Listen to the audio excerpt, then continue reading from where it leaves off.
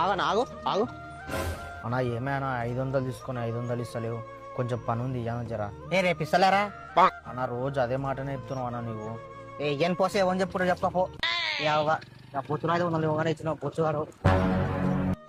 అమ్మలారా అయ్యలారా అందరు వినండి, నరేష్ గారు 1000 రూపాయలు పైసలు తీసుకొని ఇయ్యమంటే ఏం చేసుకుంటావు చేసుకోపో అని అంటుండు. ఇది ఎంత వరకు న్యాయం? నా పింఛన్ పైసలు వస్తే 500 ఇప్పించుకునే ఇయ్యపాయనమాట. అమ్మలారా అయ్యలారా అందరు వినండి, నరేష్ గారు 1000 రూపాయలు పైసలు తీసుకొని ఇయ్యమంటే ఏం చేసుకుంటావు చేసుకోపో అని అంటుండు. ఇది ఎంత వరకు న్యాయం? హలో నర్సన, నువ్వు శ్రీరానికి 1000 రూపాయలు ఇవ్వాలంట. ఊరల్లో మైక్ పెట్టుకొని తిరలాడుతుండు. నరేష్ గారు 1000 రూపాయలు పైసలు తీసుకొని ఇయ్యమంటే ఏం చేసుకుంటావు చేసుకోపో అని అంటుండు. ఏమన్నా తెలివి ఉందారా? ఇచ్చిన 500 ఊరాల గబ్బు చెప్తున్నావు. పట్టు నీ వద్దు 500 పట్టు తీసుకో. 500 కాదు 1000 రూపాయలు. ఇచ్చిన 500 నక్కలు పడుతున్నారా?